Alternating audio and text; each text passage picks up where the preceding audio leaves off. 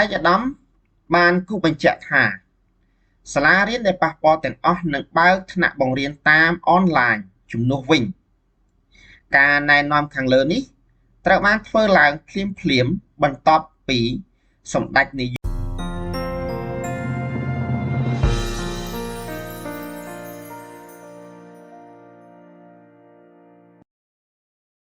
ស្ដីបងប្អូនអរគ្នាសូមស្វាគមន៍សាជាថ្មីមកកាន់ Channel តុនសមិទ្ធថ្ងៃនេះខ្ញុំនឹងលើកយកនៅប្រធានបទមួយនៅក្នុងសារព័ត៌មានកសែតហើយយកមកចែកជូនបងប្អូនទាំងអស់គ្នាដើម្បីជាការបកប្រែនៅពាក្យមួយចំនួនក្នុងភាសាអង់គ្លេសហើយនឹងពីរបៀបដែលយើងបកប្រែកសែតពីភាសាអង់គ្លេសមកជាខេមរៈភាសាបាទមុននឹងយើងធ្វើការបកប្រែនៅសារព័ត៌មានមួយនេះនេះគឺជាការណែនាំសម្រាប់ខ្ញុំទី1គឺខ្ញុំនឹងអានជូនបងប្អូនម្ដងមួយប្រយោគនិងបកប្រែម្ដងមួយប្រយោគបាទចំណុចទី2ខ្ញុំបានបកប្រែពាក្យនៅខាងស្ដាំដៃដែលត្រូវនឹងអត្ថបទសារព័ត៌មានតែម្ដងអញ្ចឹងមានពាក្យខ្លះវាអាចខុសទៅនឹងអ្វីដែលបងប្អូនចេះមកពីមុនប៉ុន្តែដើម្បីសម្រួលនៅក្នុងការបកប្រែខ្ញុំបានបកប្រែឲ្យត្រូវជាមួយនឹងអត្ថបទនឹងដាក់នៅខាងស្ដាំដៃអញ្ចឹងយើងនឹងមានជាលក្ខណៈអត្ថបទមួយចំហៀងជាពាក្យកន្លឹះមួយចំហៀងបាទមួយចំហៀងចំណុចទី3គឺខ្ញុំនឹងសម្រួលមានន័យថាខ្ញុំនឹងបកប្រែភាសាទៀតនៅអត្ថបទនោះពីដើមដល់ចប់ជាខេមរៈភាសាជូនបងប្អូនតែម្ដងបាទអញ្ចឹងបងប្អូនអាចធ្វើការបកប្រែតាមខ្ញុំក៏បានឬក៏បងប្អូនអាចមើលទៅលើពាក្យកន្លឹះហើយជាមុនសិនក៏បានដែរបាទសារព័ត៌មានមួយនេះមានចំណងជើងថា All schools order to be closed in Phnom Penh and Kandal over COVID-19 outbreak បាទប្រែថាសាលាទាំងអស់ត្រូវបានបញ្ជាឲ្យបិទនៅក្នុងទីក្រុងភ្នំពេញនិងខេត្តកណ្ដាលដោយសារការផ្ទុះឡើងជំងឺ COVID-19 បាទសូមចូលទៅក្នុងអត្ថបទរបស់យើងតែម្ដងThe Ministry of Education has ordered all public and private schools in Phnom Penh and Kandal province to be temporarily closed over the February 20 community incident. Ministry of Education នៅចំណុចនេះគឺបងប្អូនឃើញខ្ញុំបានបកប្រែជូនបងប្អូននៅត្រង់នេះបាទយើងប្រែថាក្រសួងអប់រំពាក្យទី2គឺ order បាទ order យើងប្រែថាបញ្ជាបាទពាក្យទី3គឺ public and private schools អញ្ចឹងមានថា public គឺ public school and private school បាទប៉ុន្តែយើងប្រើពាក្យ school តែមួយគឺយើងដាក់ s អញ្ចឹងកន្លែងហ្នឹងគឺយើងខ្ញុំដាក់លេខ3នៅត្រង់នេះបងប្អូនអាចមើលមកកន្លែងនេះមកអញ្ចឹង public school យើងប្រែសាលារដ្ឋហើយ private school យើងប្រែថាសាលាឯកជនបាទចំណុចលេខមួយទៀតលេខ5គឺ temporary បាទមកពាក្យថា temporary ពាក្យ temporary យើងប្រែថាបណ្ដោះអាសន្នដល់ពេល temporarily មានន័យថាជាបណ្ដោះអាសន្នថ្នាក់វាជាកិរិយាសព្ទពិសេសបាទហើយពាក្យ close យើងប្រែថាបិទបាទអញ្ចឹងណាអញ្ចឹងកន្លែងហ្នឹងខ្ញុំប្រែជាប់គ្នាតែម្ដងឲ្យត្រូវជាមួយនឹងកាសែតសារព័ត៌មានរបស់យើងដែលយើងកំពុងតែបកប្រែដូច្នេះខ្ញុំប្រែថាបិទបណ្ដោះអាសន្នបាទហើយពាក្យ incident ពាក្យទី6បានយើងគឺពាក្យទី6នេះ incident យើងប្រែថាឧបទ្ទវហេតុបាទឬឧបតិហេតុឬក៏ព្រឹត្តិការណ៍បាទអញ្ចឹងយើងអាចប្រើប្រាស់នៅកន្លែងនេះយើងអាចប្រើប្រាស់ពាក្យថា event ក៏បានយើងប្រើពាក្យថា incident ក៏បានចឹងដូចគ្នាបាទអញ្ចឹងខ្ញុំសូមបកប្រែជូនបងប្អូននៅក្នុងparagraph ទី1ឬក៏ប្រយោគទី1នេះតែម្ដងបាទអញ្ចឹងគេចាប់ផ្ដើមបកប្រែថាក្រសួងអប់រំបានបញ្ជាសាលារដ្ឋនិងសាលាឯកជនទាំងអស់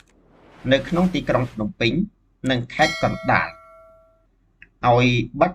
ជាបណ្ដោះអាសន្នឬបិទបណ្ដោះអាសន្នបាទដោយសារតែព្រឹត្តិការណ៍សហគមន៍ថ្ងៃ20កុម្ភៈបាទខ្ញុំសូមមកប្រែភាសាទៀតសម្រួលអត្ថបទតែម្ដងក្រសួងអប់រំបានបញ្ជាឲ្យសាលាឯកជននិងសាលារដ្ឋទាំងអស់នៅក្នុងទីក្រុងភ្នំពេញ ហើយនឹងខេត្តកណ្ដាលបិទជាបណ្ដោះអាសន្នដោយសារតែព្រឹត្តិការណ៍សហគមន៍ថ្ងៃទី20កុម្ភៈបាទអញ្ចឹងសម្រាប់អត្ថបទទី1ឬក៏ paragraph ទី1របស់យើងបានបញ្ចប់ហើយយើងសូមបន្តទៅ paragraph ទី2តែម្ដងបាទ In a statement issued tonight Minister of Education Hong Chunaron said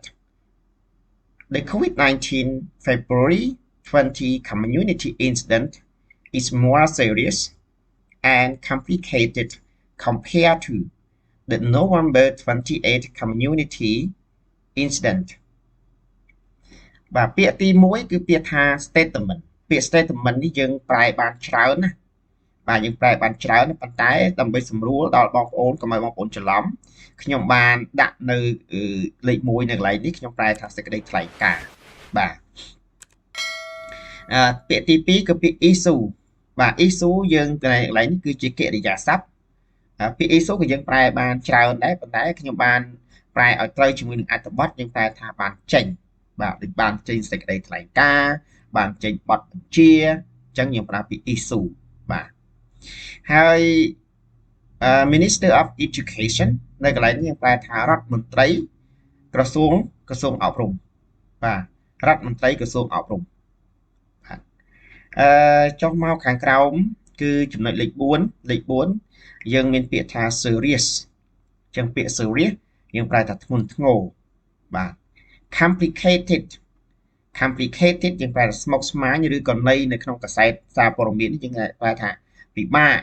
ឬក៏កាន់តែពិបាក more complicated មានន័យកាន់តែពិបាកកាន់តែស្មុគស្មាញបាទហើយលេខ6គឺ compare to ចុះពាក្យនេះយើងអាចថា compared to ពាក្យវាដើមគឺពាក្យ compare to នេះប្រែថាប្រៀបធៀបជាមួយប្រៀបធៀបទៅនឹងបាទប៉ុន្តែនៅក្នុងន័យកន្លែងនេះដោយសារតែវាជា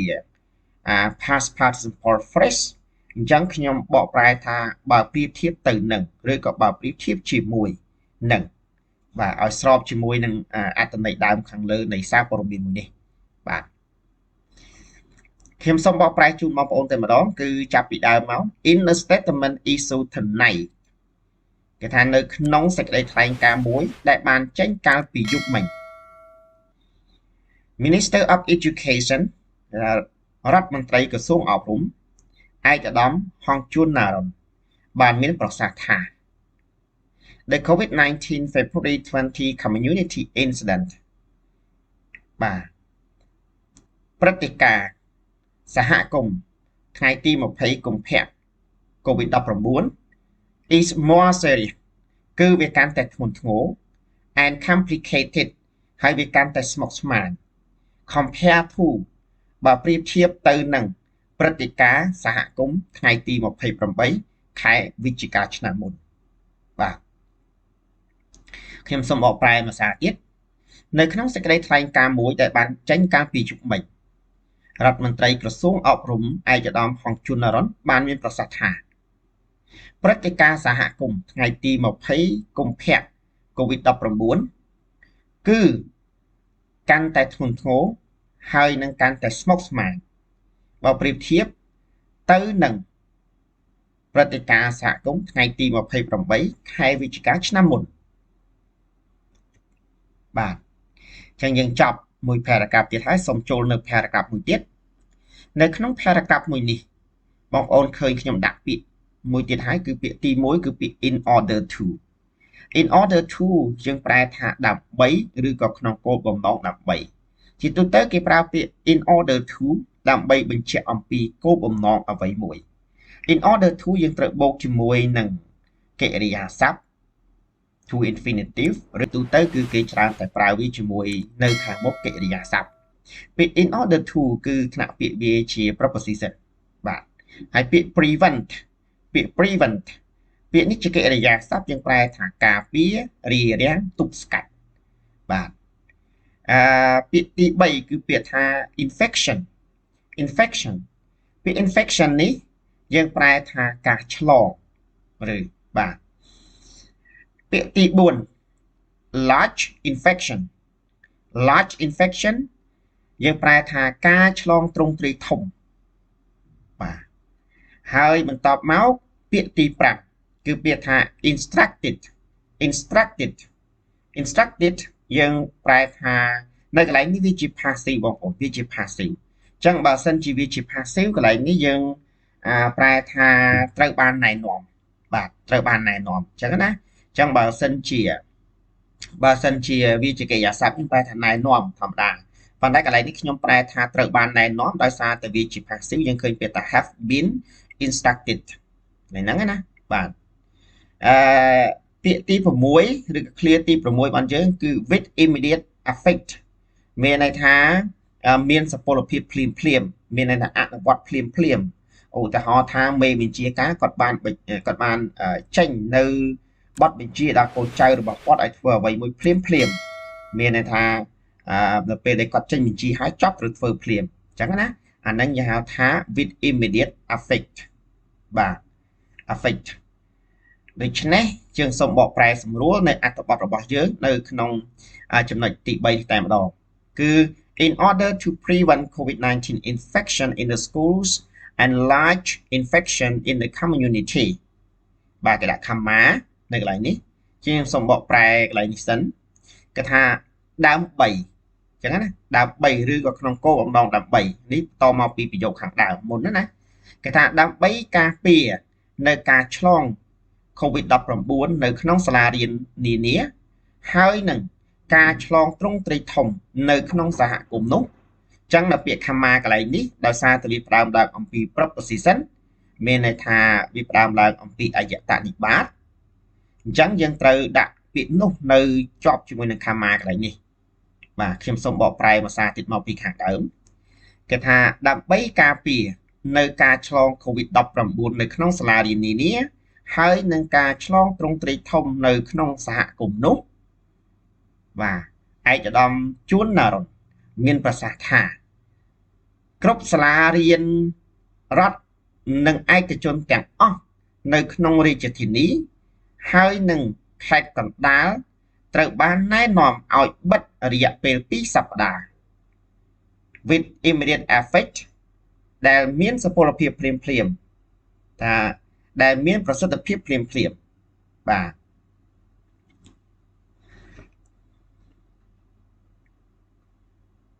បាទយើងចប់មួយទៀតហើយបងប្អូនយើងសុំទៅមួយទៀតតែម្ដងនេះគឺជាអ្វីដែលយើងមានសម្រាប់ចុងក្រោយភារកិច្ចចុងក្រោយអញ្ចឹងពាក្យទី1ដែលយើងមានគឺពាក្យថា noted នេះខ្ញុំប្រែកន្លែងនេះប្រែថាគូសបញ្ជាក់បាទសង្កត់ធ្ងន់ឬក៏ធ្វើការកត់ចំណាំបាទហើយពាក្យថា affected schools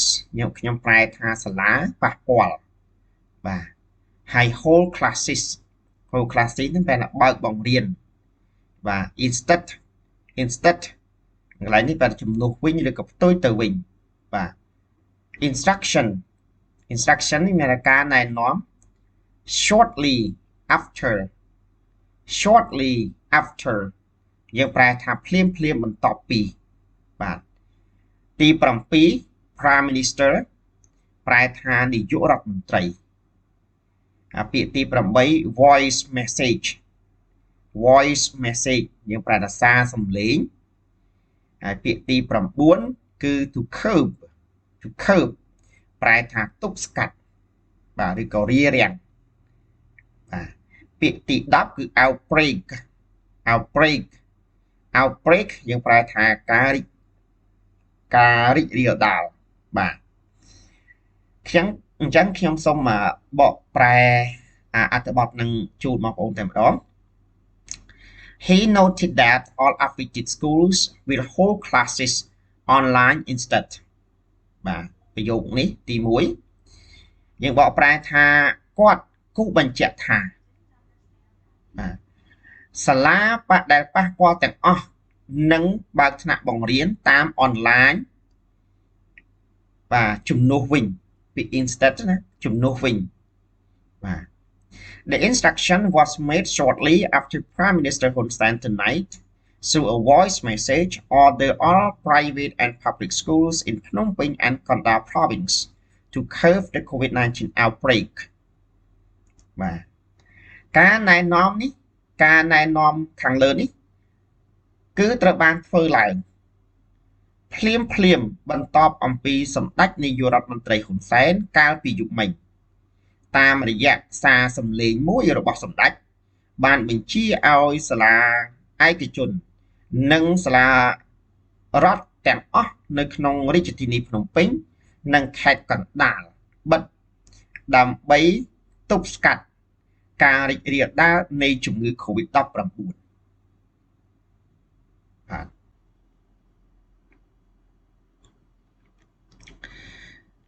បាទឥឡូវយើងបានបកប្រែនៅអត្ថបទរបស់យើងចប់ហើយបងប្អូនខ្ញុំសូមបកប្រែសារដើមជូនបងប្អូនជាថ្មីពីដើមដល់ចប់ខ្ញុំបកប្រែជាខេមរៈភាសាតែម្ដងខ្ញុំអត់អានជាភាសាអង់គ្លេសប៉ុន្តែខ្ញុំនឹងព្យាយាមបកប្រែយឺតសម្រាប់បងប្អូនដែលចង់ធ្វើការបកប្រែតាមបាទក្រសួងអប់រំបានចេញបញ្ជាឲ្យសាលារៀនរដ្ឋនិងឯកជនទាំងអស់នៅក្នុងរាជធានីភ្នំពេញនិងខេត្តកណ្ដាលបិទជាបណ្ដោះអាសន្នដោយសារតែព្រឹត្តិការណ៍សហគមន៍ថ្ងៃទី20ខែកុម្ភៈនៅក្នុងសេចក្តីថ្លែងការណ៍មួយដែលបានចេញកាលពីយប់មិញរដ្ឋមន្ត្រីក្រសួងអប់រំឯកឧត្តមហងជួនណារ៉ុនបានមានប្រសាសន៍ថាព្រឹត្តិការណ៍សហគមន៍ថ្ងៃទី20កុម្ភៈ COVID-19 កាន់តែធ្ងន់ធ្ងរនិងកាន់តែស្មុគស្មាញបើប្រៀបធៀបទៅនឹងព្រឹត្តិការណ៍សហគមន៍ថ្ងៃទី28ខែវិច្ឆិកាឆ្នាំមុនដើម្បីធ្វើការទប់ស្កាត់នៅការឆ្លង COVID-19 នៅក្នុងសាលារៀននានានិងការឆ្លងទ្រង់ទ្រាយធំនៅក្នុងសហគមន៍នោះឯកឧត្តមជួនណារ៉ុនបានមានប្រសាសន៍ថាគ្រប់សាលារៀនរដ្ឋនិងឯកជនទាំងអស់នៅក្នុងរាជធានីភ្នំពេញនិងខេត្តកណ្ដាលត្រូវបានណែនាំឲ្យបិទរយៈពេល2សប្តាហ៍ដែលមានសុពលភាពភ្លាមដែលមានប្រសិទ្ធភាពភ្លាម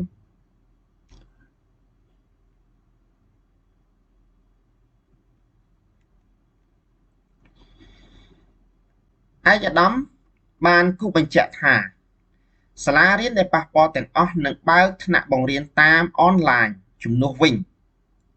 ការណែនាំខាងលើនេះត្រូវបានធ្វើឡើងភ្លាមបន្ទាប់ពី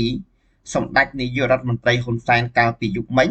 តាមរយៈសារសម្លេងមួយរបស់សម្ដេចបានបញ្ជាឲ្យសាលាឯកជននិងសាលារៀនរដ្ឋទាំងអស់នៅក្នុងរាជធានីភ្នំពេញនិងខេត្តកណ្ដាលបិទដើម្បីទប់ស្កាត់នៅការរីករាលដាលនៃជំងឺ COVID-19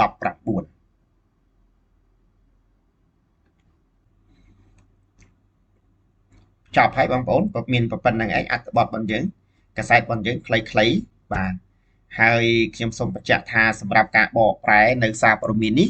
គឺខ្ញុំបកប្រែទៅតាមចំណេះដឹងរបស់ខ្ញុំដែលខ្ញុំមានបាទខ្ញុំមិនមែនជាអ្នកផ្សព្វផ្សាយឲ្យខ្មែរ Time KH ឬក៏អត់មានអ្វីទៅជាប់ពាក់ព័ន្ធជាមួយនឹងខ្មែរ Time KH ទេអញ្ចឹងជាចុងបញ្ចប់បើសិនជាបងប្អូនមាននៅ comment ឬក៏ feedback អ្វីមួយនោះក៏សូមបងប្អូនដាក់ comment នៅខាងក្រោមឬក៏អាចបងប្អូនចូលទៅ website របស់ខ្ញុំតែម្ដងគឺ lenchat.com បាទហើយបងប្អូនអាចទំនាក់ទំនងខ្ញុំដោយផ្ទាល់នៅទីនោះបាទសូមអរគុណច្រើន